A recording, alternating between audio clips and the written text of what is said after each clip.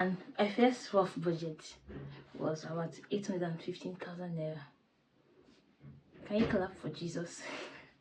I announced the date not having any venue in mind, not knowing where to get the people, not knowing where to get the resources, not knowing where to get anything. But I just said, I'm going to do this. I didn't have up to 10k in my accounts. Like, I did not have up to 10k in my account.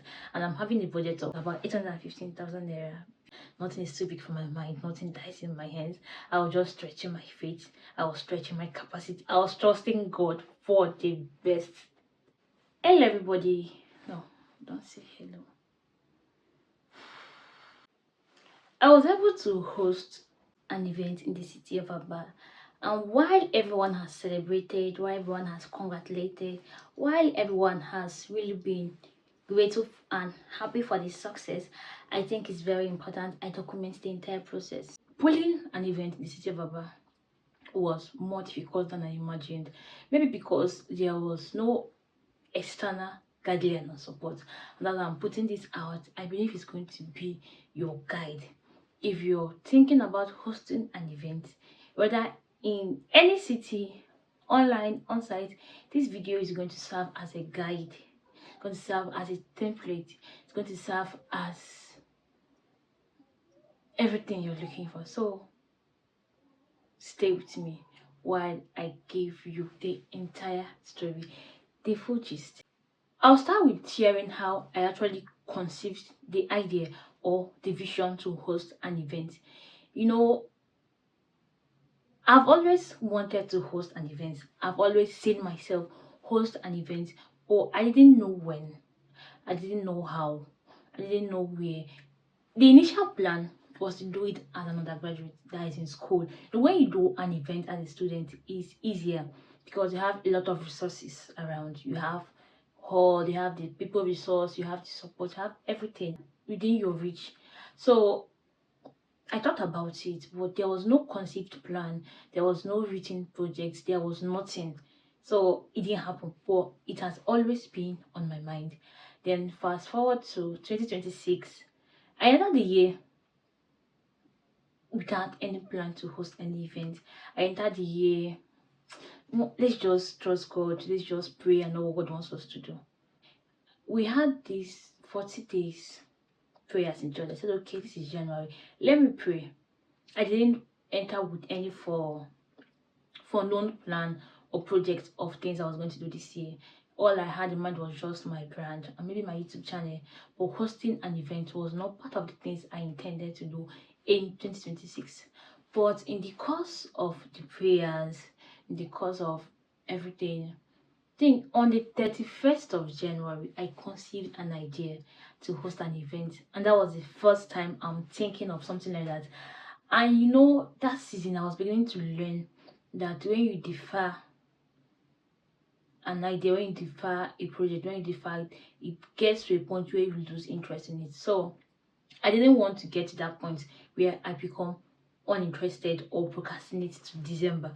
You can get an idea and say, okay, August, or maybe take it about to 2027, where you feel you'll be more prepared, you have more time, maybe you have more resources, you have more things to work with. But I don't know, but there was this haste in my spirit. Just do this thing, don't delay, just do it, don't delay, just do it, don't delay. Reluctantly, I posted it on my status, and that was how it went from an idea. As I posted on my status, I didn't have any plan. It was not pre-planned. It was not taught anywhere. It was not written anywhere. I wrote it casually, and when I went about my day, that particular day, I was thinking about it, thinking about the possibilities, thinking about what was going to happen, thinking about item 7, thinking about my resource persons, thinking about all of those things. I said, you can actually do this in Miracle. And as I thought about it, I said, okay, I'm going to do this. I concluded that I was going to do this. And I tried to reach out to people, because then we used to have this YouTube monthly series where we bring in authors, to share their stories, share their experiences, share their struggles, share their authorship journey so far.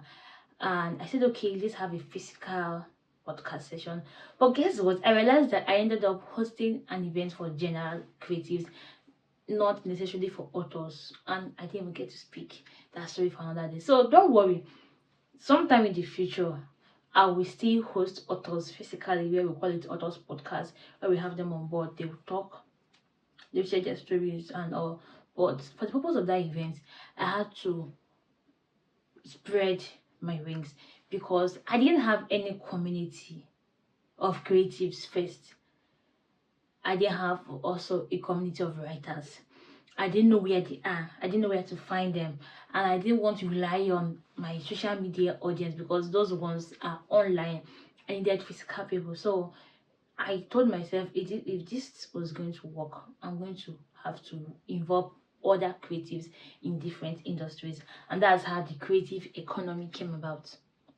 We now shifted to from just writing to including book publishing, book marketing, social media optimization, copyright, collaboration, and all. That was how we shifted from hosting an actual authors podcast to hosting a creative hangout or something like that. And that's how the idea came up. When I thought about it, I started to reach out to people. I told my pastors, I told my friends, I told the people in my life, and everybody said, go on, you can do this, you can do this, it's possible, this is possible. And joining my faith with theirs, I decided, okay, Miracle, you're going to do this. Miracle, you can do this. And I announced again that we are going to have this event. I conceived a date immediately. 7th of April. That was the first date. Because I don't know, but I didn't want to delay. Imagine you're getting an idea for a physical event 31st of January or 30th of January. And by 7th of February, so I announced a date. I announced the date not having any venue in mind, not knowing where to get the people, not knowing where to get the resources, not knowing where to get anything. But I just said, I'm going to do this.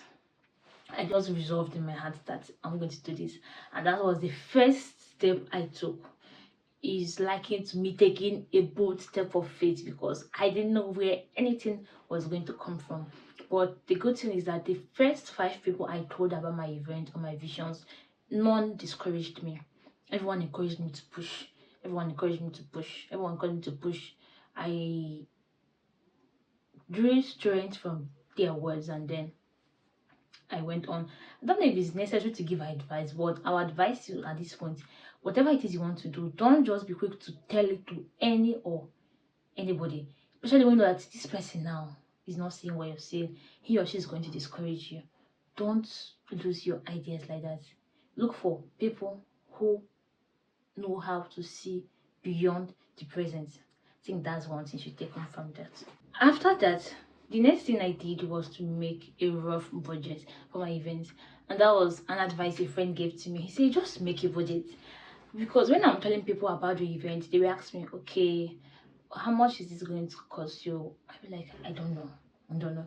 They say, no, stop sounding like you're unserious. Have a budget. Know what this is going to cost you. Know the next steps to take, and also I made a rough budget. Before I made that budget, I had already reached out to people asking them for a venue that can host about 50 people for an event. And the first person I reached out to for a hall told me that to get a good hall, I need about 250,000 euro or maybe 200,000. I smiled. I was like, nothing is too big for my mind and nothing dies in my head. Those were the exact words I said to him. And that season, I kept making uploads using that phrase. Posted it on my status, posted it on Facebook, almost on daily basis. So the whole was about 350k for my budget. That is including chair and sound. I made budget for flyer. You know, when you host an event, you need at least 10 flyers. So the budget for flyer was like 50k, even though it was actually more. When I started reaching out to graphic designers, 70k, 80k, 100k, and that was the basic. Then I included budget for sponsored ads because I intended to run sponsored ads to promote the event. But my next event, I'm eventually going to do that. Then I included logistics, that is to and fro movement, travels, mobilization, all I have to work out with my leg. I included the budget, the money I was going to spend. I included honorarium, that is honor for my speakers. What I was going to give them, what I was going to pay. I didn't know what I was going to pay them because I had not reached out initially. I just had the budget for it because definitely you're going to give them something. And the refreshments, 50k. I had to opt for snacks instead of food. And I included a budget for my photo session because April was my birthday. No, April is my birthday, 20th of April, and my event is scheduled to happen on the 7th of April. So I just included everything to the budget, intending to go for a photo session, as well. Because I intended to use those pictures to promote the event. Algorithm has a way of favoring new and beautiful pictures. And then I included the budget for my outfit, that is this clothes I'm wearing now, which is what I eventually wore, but that was not the plan. I wanted to look so elegant. I wanted to sew a new outfit. I wanted to look extremely gorgeous. So I made a budget for my outfit, and everything summed up to 815,000 naira. Look at it here. It's really, I had to have a book where I documented all of these things so that it will be very helpful for maybe a review, discussions like this, for documentation purposes. And that was on how I made a budget for my event. It's looking very funny that I'm making a budget of 815,000 naira when I couldn't boast of 10% of it. 10% of 815,000 should be like 80,115 naira, right? Or 80,000, 1,500 naira. I don't know, but I didn't have up to 10k in my accounts. Like, I did not have up to 10k in my account, and I'm having a budget of something else. So you see why I needed to renew my mind by making those utterances. Nothing is too big for my mind, nothing dies in my hands. I was just stretching my faith, I was stretching my capacity, I was trusting God for the best. I didn't know how I was going to push through. I didn't know how I was going to pull off the event, but with that rough budget, I started running with it. And with this, I've come to the end of part one of my event proceedings and all. So watch out for the continuation of this video, and please come with your writing materials because I'm going to be as honest and as sincere as possible. I'm going to be sharing how I was able to pull off an event of a budget running close in millions and having nothing in my account. So stay tuned, anticipate, and please drop a comment. Bye.